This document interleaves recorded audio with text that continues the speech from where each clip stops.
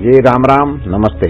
मंत्री जी, हम जैसे जानते हैं कि भारत की अर्थव्यवस्था में मत्स्य पालन एक प्रमुख क्षेत्र है जो करोड़ों लोगों को आजीविका प्रदान करता है। तो हम आपसे जानना चाहेंगे कि मत्स्य पालन क्षेत्र में किस प्रकार भारत के सामाजिक आर्थिक विकास का एक महत्वपूर्ण स्तंभ है। भारत के अर्थतंत्र की आप जब भी चर्चा करेंगे तो भारत देश की तस्वीर आपके सामने आनी चाहिए।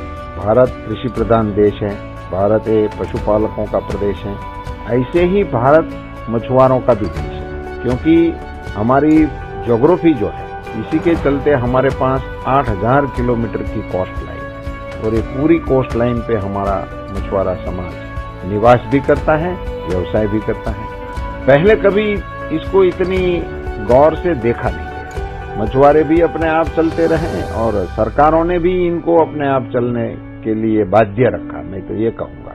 मगर जैसे नरेंद्र भाई मोदी जी ने देश की कमान संभाली तो कई क्षेत्रों में मोदी जी ने पहल की है। ऐसी ही एक और पहल के रूप में हम कह सकते हैं कि उन्होंने मत्स्य पालन विभाग को भी मंत्रालय देके स्वतंत्र मंत्रालय देने का निर्णय किया। इसी से ही पता चलता है कि मोदी जी की सरकार जो है उनकी प्रायोरिटी क्या है और इसी के चलते उन्होंने इनको स्वतंत्र मंत्रालय का दर्जा दिया और मंत्रालय का दर्जा देने के बाद पूरे मत्स्य पालन क्षेत्र को, मतलब उसके सामाजिक जीवन को, उनके व्यावसायिक जीवन को, उनके कारोबार को, सभी को इकट्ठा देखते हुए इस क्षेत्र को बहुत बड़ा बजट देने का भी प्रावधान हमारे प्रधानमंत्री जी ने नए विभाग के तौर पे दिया। मैं ऑल इंडिया रेडियो के जो सुनने वाले लोग हैं उन सभी श्रोताओं से शेयर करना चाहूंगा कि स्वतंत्र विभाग मत्स्य पालन बनने के बाद इससे पूर्व में क्या स्थिति थी। हमारे देश में आजादी के समय काल से अगर आप आकलन करें तो 50-51 के दशक में जब देश की स्वतंत्र सरकार काम शुरू कर दिया तो 2 लाख टन जितना अपना इनलैंड फिशरी प्रोडक्शन था देश का। वहीं से चलते चलते प्रधानमंत्री जी मोदी जी के कालखंड तक 14 तक आते आते वो 2 लाख टन से बढ़कर 61 लाख टन जितना हो गया। तो इतनी प्रगति करने में 6 दशक से ज्यादा समय लगा। मैं आप सभी श्रोता जो हमारे कोस्ट लाइन पे रह रहे हैं और इनलैंड फिशरी के साथ जुड़े हुए देश भर के श्रोताओं को ये बताना चाहूंगा कि मोदी जी के नेतृत्व में भारत सरकार के प्रयासों की वजह से हम 8 साल में ही 121 लाख टन पर पहुंच गए। और इसी को आप ये कह सकते हैं कि यदि सरकार की नेतृत्व में सही दिशा से काम करने की राज्य की इच्छा शक्ति हो तो इस क्षेत्र को कितना बड़ा संबल मिल सकता है और हमारे सामाजिक जीवन को कितना बड़ा बल मिल सकता है, इनका ये सबसे बड़ा उदाहरण है। अभी आपको हमारे इस क्षेत्र को स्वतंत्र विभाग देने के बाद मैं आपको बताना चाहूंगा कि 14 तक भारत सरकार की ओर से इसमें बहुत छोटी राशि का व्यय होता था। हमारे प्रधानमंत्री जी ने मत्स्य संपदा योजना करके एक योजना लागू किया और नीली क्रांति का आह्वान किया। जैसे हमारे यहाँ हरित क्रांति है, हमारे यहाँ व्हाइट रिवॉल्यूशन है, ऐसे ही इसी क्षेत्र को भी ब्लू रिवॉल्यूशन के नाम पे प्रधानमंत्री जी ने इसका नेतृत्व करने के लिए आह्वान किया और एक ही योजना से 20,000 करोड़ की राशि इस विभाग के लिए मुहैया कराई और पिछले 60 साल में जितना खर्चा नहीं हुआ इससे कई ज्यादा खर्चा ये 8 साल के अंदर इसी विभाग के तहत प्रधानमंत्री जी ने कर दिया।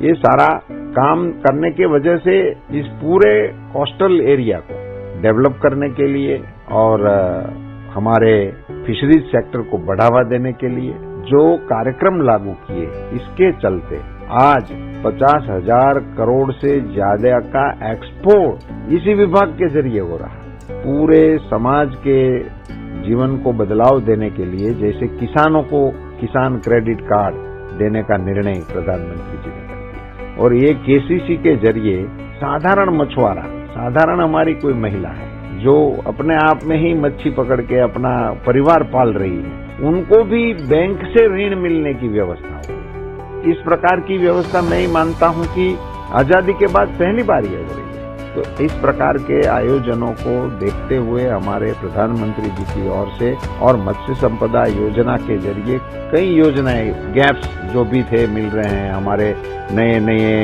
फिश लैंडिंग सेंटर हो या फिशरमैनों को जो इंफ्रास्ट्रक्चर की आवश्यकता हो, उन सारी चीजों को इनके जरिए पहुंचाने का राज्य सरकारों के साथ मिलकर भारत सरकार काम कर रही है और इसमें बहुत ही बढ़ोतरी हो रही है। आपने बात की तटीय क्षेत्रफल की, तो हम ये जानना चाहेंगे कि जो ये दूर दराज के मत्स्य पालक हैं, इनसे जुड़ने के लिए आपका विभाग क्या कदम उठा रहा है? ये बात तो सही है कि ये एरिया इतना व्याप्त है, एक प्रकार से तो पूरा देश ही इसमें ज्योग्राफिकली आप देखोगे तो 8000 की तो कोस्ट लाइन है, 8000 किलोमीटर लंबी। फिर उसमें दूर सुदूर के टापू भी हैं, अंडमान निकोबार भी हैं और लक्षद्वीप भी है, वो भी इसी एरिया में जुड़ते हैं। और हमारा जो नॉर्थ ईस्ट से लेकर जितनी भी बड़ी नदियों या तालाब वाला एरिया है, वहां भी फिशरमैन है। पूरी गंगा यमुना के बेल्ट में फिशरमैन रह रहे हैं। पूरे नदियों तालाबों में ये मत्स्य पालन का कामकाज हो रहा है।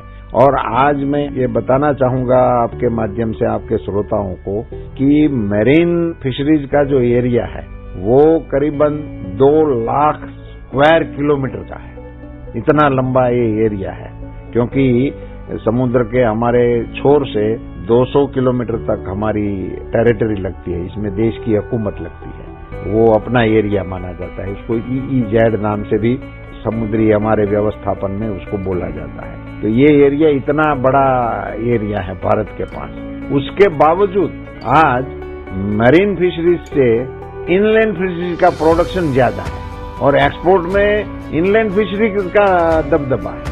जैसे हमारे श्रीम्प वगैरह जो एक्वाकल्चर वगैरह जो नया टेक्नोलॉजी के कारण डेवलपिंग हो रहा है, वो आज मैरीन प्रोडक्ट्स के आगे चल गए। इतनी बड़ी समुद्री हमारे पास व्यवस्था होने के बावजूद इनलैंड फिशरीज का आज कारोबार मैरीन से आगे चल रहा है। तो ये सारा टेक्नोलॉजी का समर्थन देने से और सरकार की प्रोएक्टिव फिशरमैनों के प्रति की नीतियों के कारण ये सारा चल रहा है। और आपने कहा कि जुड़ने के लिए क्या हो रहा है, तो मैंने स्वयं ही एक यात्रा निकाली है। मैं बाय बोट अपने पूरे कोस्टल एरिया को देखने के लिए जा रहा हूँ और वहाँ कोस्टल में बसे हुए समाज को मिलने के लिए जा रहा हूँ। मैंने गुजरात के 1600 किलोमीटर के अपना जो कोस्टल एरिया है उनकी पूरी प्रवास मैंने कर लिया। मांडवी से मैंने शुरू किया था और उमरगांव तक मैं पहुंच गया हूं और अभी दूसरा चरण मेरा शुरू होगा, उमरगांव से बॉम्बे जाऊंगा। मगर भाई मैं बाय बोट ही जाऊंगा और वहां जाके फिशरमैनों के बीच में बैठ के, फिशरमैनों के गांव में जाके उसी के साथ बातचीत करके उनसे साथ जोड़ने का, और अब हम डेवलप करेंगे टेक्नोलॉजी के माध्यम से इनके साथ कैसे जोड़ा जाता है। उनकी समाज व्यवस्था को हम समझने की कोशिश कर रहे हैं। मुझे ये बताते हुए बड़ी खुशी हो रही है कि हमारी जानकारी में इतने समय में ये आया है कि ये जो हमारे मछुआरे समाज है उनमें सोशली अपनी व्यवस्थाएं बहुत ही मजबूत है। उसको पटेल बोलते हैं, उसके मुखिया को।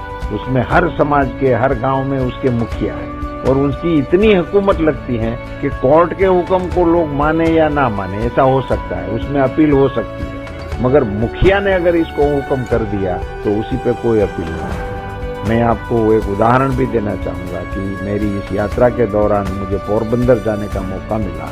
वैसे भी मैं तो कई बार पोरबंदर गुजरात का होने के नाते मेरा जाना आना रहता था, मगर वहां के मछुआरे समाज का 200 साल पुराना पंचायत न्याय मंदिर है। पक्का 200 साल पुराना बोर्ड है, पंचायत न्याय मंदिर 200 साल से चल रहा है। वहां उनका मुखिया बैठता है, वहां सिंहासन है, वहां दोनों लोग वादी प्रतिवादी आमने सामने बैठते हैं और वो मुखिया उसका फैसला सुनाता है और वो मान्य हो जाता है।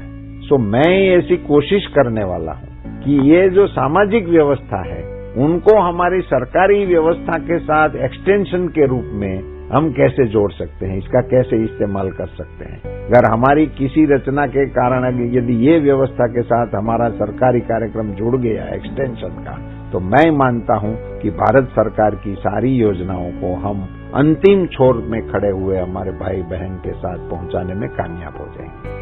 जब हम मत्स्य पालन के बारे में सोचते हैं तो सबसे पहले हमारे दिमाग में आता है मछली, फिश। लेकिन अब हम इसका भी एक्सटेंशन कर रहे हैं। हम देख रहे हैं कि कुछ और ऐसे उत्पाद हैं जिनको हम इस क्षेत्र के अंदर ला रहे हैं। इसके बारे में आप कुछ बताना चाहेंगे? ये बात सही है कि जैसे ही मैंने अगली बात में भी आपको जिक्र करते हुए बताया था कि मैरीन फिशरीज और इनलैंड फिशरीज और मरीन से इनलैंड का आगे जाना, तो इसमें फिश के अलावा सीवीड के एक नया प्रोडक्शन आ गया है जिसको आप समुद्री शैवाल के रूप में भी लोग जानते हैं। तो एक प्रकार से वो एक प्रकार की खेती हो गई। उसके लिए कुछ समुद्री पानी जो होता है उसमें खास प्रकार की व्यवस्था होनी चाहिए जिसमें इसमें बहुत तरंगे ना हो, बहुत आवन जावन ना हो, ऐसी क्रीक जैसे एरिया हो जहां समुद्र का पानी आता हो मगर वहां पानी स्थिर रहता हो। तो ऐसे अपने पास तो बहुत बड़ा एरिया है, उसी को चिन्हित करके अब हम सीवीड पार्क भी डेवलप करने की हमारी योजना इस कार्यक्रम के तहत चल रही है। और मैं मानता हूं कि तमिलनाडु में एक सीवीड पार्क बनने की भी कगार पर हो गया है। तो बहुत ही शॉर्ट पीरियड में हम इसका डेमोन्स्ट्रेशन भी लोगों के लिए खुला देखने के लिए भी हम कर सकते हैं। तो एक सीवीड से ऐसा एक है कि वो महिलाओं को कामकाज देने में भी कामयाब होंगे और मत्स्य पालन में ज्यादातर पुरुष वर्ग जाता है समुद्र में, तो महिलाएं घर में ही रहती हैं। तो ये लोग ये किनारे पे ये सीवीड का प्रोडक्शन का कामकाज भी कर सकेंगे और अपनी आय के लिए एक नया साधन उनको भी मिल सकता है। एक पर्ल की खेती भी हो सकती है, मोती की खेती, इसको भी हम बढ़ावा देने की कोशिश कर रहे हैं। जो मोती समुद्र में छिप में मिलते हैं, अब उसको एक एग्रीकल्चर के रूप में आप इसको गृह उद्योग के रूप में भी इसका भी एक डेवलपमेंट आप कर सकते हैं। और बड़े पैमाने पे ये श्रिम्प, हैचरीज और इनकी दुनिया में बड़ी मांग है और इनके ये प्रोडक्शन हमारे यहाँ बहुत ही बढ़ रही है और इसी को भी भारत सरकार की ओर से हम अपनी इस योजनाओं के तहत मदद करते हुए इसको बढ़ावा देने की हम कोशिश कर रहे हैं। अंत में हम आपसे ये जानना चाहेंगे मंत्री जी कि हम जानते हैं कि भारत ने G20 की अध्यक्षता ग्रहण की है और G20 के अंतर्गत जैसे आपने बताया कि नीली क्रांति और सस्टेनेबल फिश प्रोडक्शन जैसी बातें आती हैं, तो इस बारे में आपके क्या विचार हैं? ये बहुत ही महत्वपूर्ण हमारे लिए इसलिए है कि दुनिया में अभी कुछ ही महीने पहले ही जब अंतर्राष्ट्रीय मंच पर एक सवाल उठा था कि अब फिशरीज क्षेत्र में जो सब्सिडी दी जा रही है वो बंद होनी चाहिए, तो मुझे ये आपके माध्यम से देश के मछुआरों को ये सुनाने का बड़ा आनंद और गर्व हो रहा है कि हमारे प्रधानमंत्री जी के दिशा निर्देश पे हमारे कॉमर्स अफेयर्स मिनिस्टर जो हमारे हैं पीयूष जी, उन्होंने वहां जाकर भारत की ओर से सारे देश के मछुआरों के हित में बहुत बड़ी लड़ाई लड़ी और दुनिया के देशों के सामने अपने मछुआरों का पक्ष रखा कि हमारे मछुआरे अब इंटरनेशनल स्टैंडर्ड की अभी फिशिंग कर नहीं रहे, हमारे मछुआरे ट्रेडिशनल हैं ज्यादा, और उनको बचाने के लिए ये सब्सिडी के प्रावधानों को बचाने का बहुत बड़ा काम हमारे प्रधानमंत्री जी के दिशा निर्देशों पर हम करने में कामयाब रहे।